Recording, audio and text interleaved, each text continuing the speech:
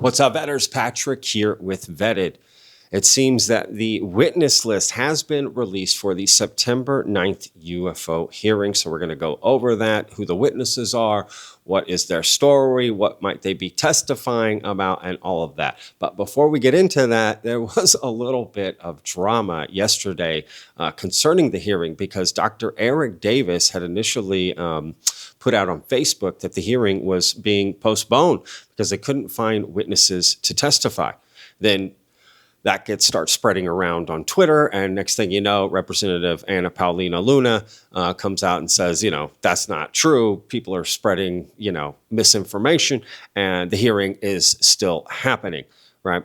And people pointed out, it was Dr. Eric Davis that said this, and Anna Paulina Luna was like, never heard of him. And people are like, wait a second, never heard of him. You were in a skiff with him back in May. He was the only person briefing Luna, and sat next to Eric Davis and Burleson. Luna and Burleson sat next to Eric Davis at that UAP Disclosure Fund sort of congressional meeting that happened back in May as well, where famously Lou Elizondo showed that photo of a irrigation circle that he said was a UFO, right? That got debunked in minutes. So people found that curious that she didn't remember who he was, and she clarified, sorry, just didn't remember. But yes, I know who he is, and blah, blah, blah. And I think that's fair, to be honest with you. You meet a lot of people and this, that, and the other. And I think it's also fair to just assume Dr. Eric Davis's testimony and stories just haven't made an impact on her. I really feel that. I mean, again, let's take a look at the witness list, right? Why isn't Dr. Eric Davis testifying? Because he's not. All right, so here are the witnesses. We've got Jeffrey Nuccetelli, who's a U.S. Air Force veteran. We've got Chief Alejandro Wiggins, who's a UAP witness. George Knapp, described as a UAP journalist. That's a surprise that he's testifying, but we'll go over this in a minute. And then last, someone who I've never heard of, Dylan Borland, who's a UAP witness and described as a U.S. Air Force veteran. So this is interesting. All right, so let's go over each name one by one. Let's start with Jeffrey Nuccetelli, who again is described as a U.S. Air Force veteran, and he's actually described a UAP event before, and I think this is what he's going to be testifying about. Take a look at this clip of Jeff appearing on the Merged podcast with Ryan Graves. About 8:45 in the morning, the dispatcher gets a call from range control, a technical sergeant from range control. And he says, I'm reporting an event that occurred at LF-21 and LF-10, two different sites in the same location. And what he said was the contractors working on site called range control, and they said there was a gigantic floating red square over LF-21 at low altitude. And they were just standing there watching this thing. Red square. So red square. One thing that people have asked me after I spoke about this case at the hearing was, what does that mean, a red square, right? Was this a cube? Did it not look like it had depth, and so it's described as a square? I said square in the hearing because that's how it was described to me, just as you described it. And I'm curious if you have any additional details that you could add. Was it a three-dimensional object? Did it just appear to be a square, and it just couldn't tell? So here's the issue. I had the original statement from the contractors. There were three contractors that worked for Boeing that saw this object, and they wrote sworn written statements. I've lost those. I lost them in 2012. I have some other statements, but those are indirect witness statements from it. But from my recollection of reading the documents, to the best of my recollection, it was a somewhat flattened square plane, and basically just a big square object, the size of a football field, silently floating over the launch pad. Wow. Red in color, glowing this red color. So as far as I know, it wasn't a cube. It was like a flattened square. Got it. And we must not forget that initially when Ryan Graves testified, before Congress in July of 2023. He brought up this story, but didn't reveal who it was. It later came out, Jeff was a part of the story. And yeah, so this is interesting that he's going to be testifying. Looking forward to that. Let me know down in the comments what you think about that. All right. Next person, Chief Alejandro Wiggins, who's in the Navy. It actually came out in a video on Weaponized earlier this year.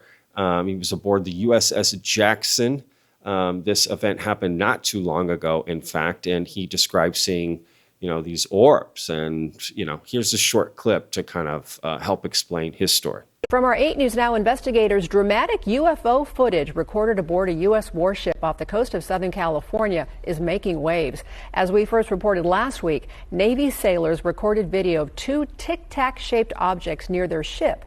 Well, now an eyewitness to that encounter has stepped forward, and coincidentally, he's from Las Vegas. 8 News Now investigator George Knapp spoke with the witness about his encounter with a whiz-bang craft that emerged from the ocean. This is the famed Tic Tac object that was pursued by the Navy's best aviators off the coast of Southern California back in 2004. And this is the thermal image of 2 strikingly similar objects documented by the crew of the USS Jackson in February 2023 in the very same waters. The original Tic Tac proved to be one of the most consequential UFO incidents of all time, first investigated by a secret program based in Las Vegas, managed by the DIA. The incident generated a huge wave of media coverage and inspired Congress to launch new investigations into UFOs, now called UAPs.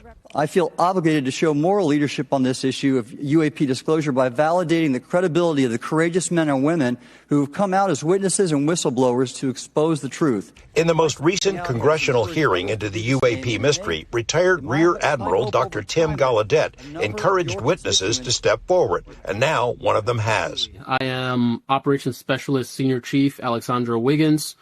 Been in the Navy for 23 years and counting. When Alexandra Wiggins heard that a video from the USS Jackson's encounter with unknown objects was circulating, he reached out to the former admiral and was then put in touch with filmmaker Jeremy Corbell, who first released the new Tic Tac video on the podcast Weaponized. Wiggins not only shared details about the encounter, but also his personal connection to Las Vegas. He grew up here, as shown in this photo with his brother in the family's backyard. I've watched you when your hair was as dark as mine. In February 2023, Wiggins was a senior chief and radar specialist on the Jackson, an air traffic controller for the Navy. His main job was to identify what might be in the air near the ship. He and others in the Jackson's Combat Information Center saw curious objects on their screens. Wiggins wanted to get eyes on whatever it was and went out to take a look. And to my surprise, which is something I've never witnessed, was a light I noticed on the horizon, but it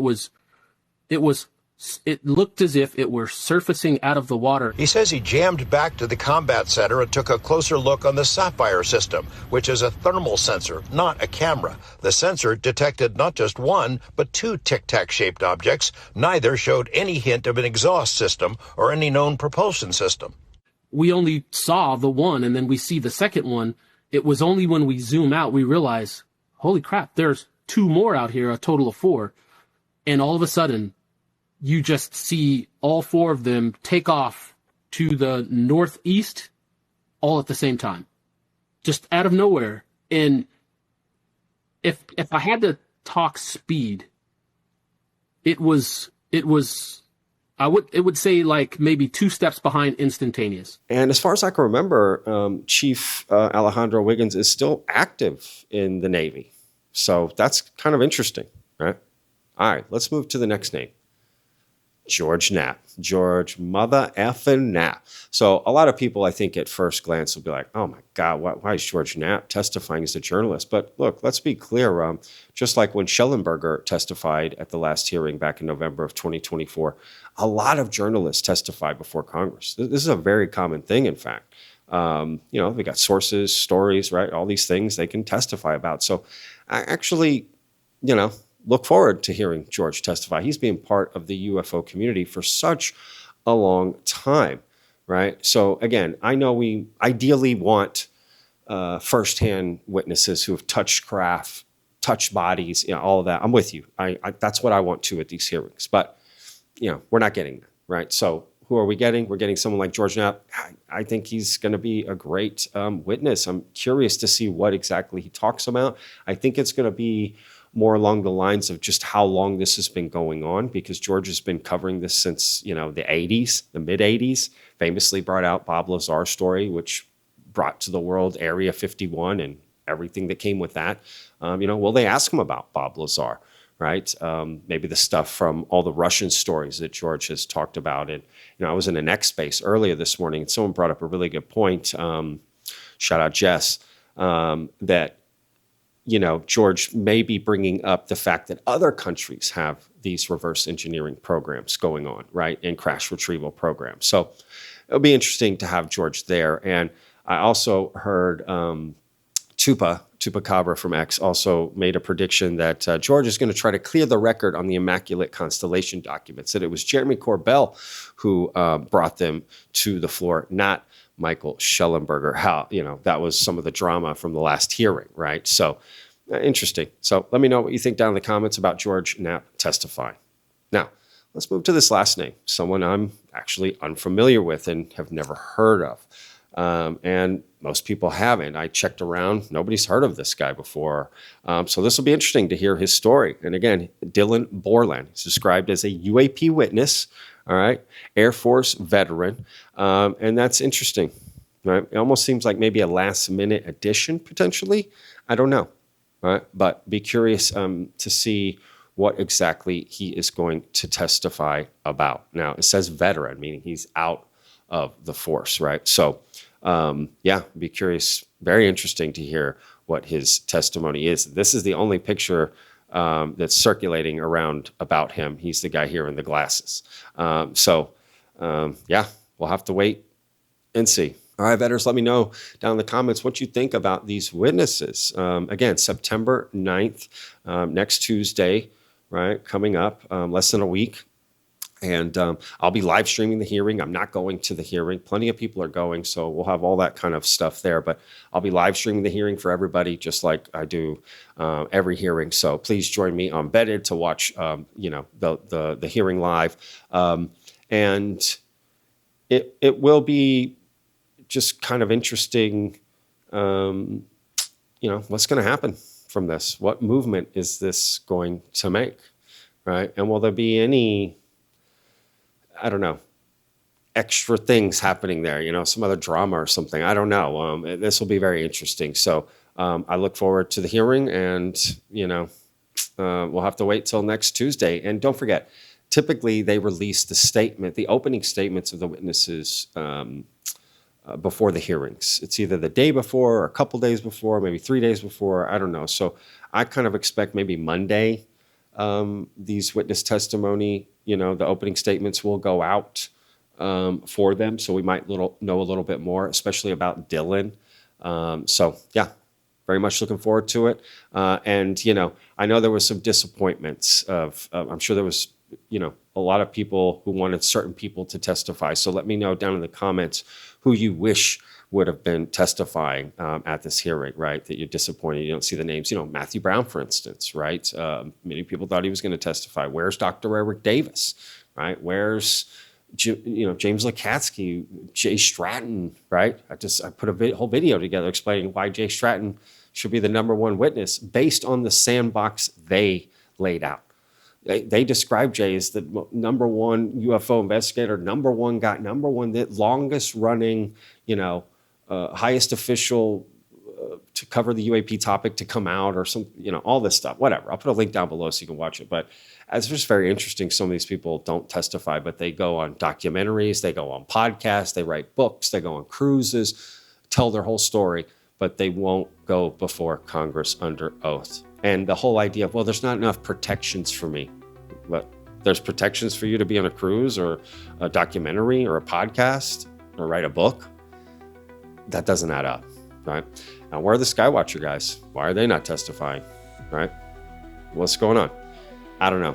Just some interesting things, right? So anyway, all right, vetters. See you down in the comments. We'll see you on the next video. Remember, every day's a gift, y'all. Peace.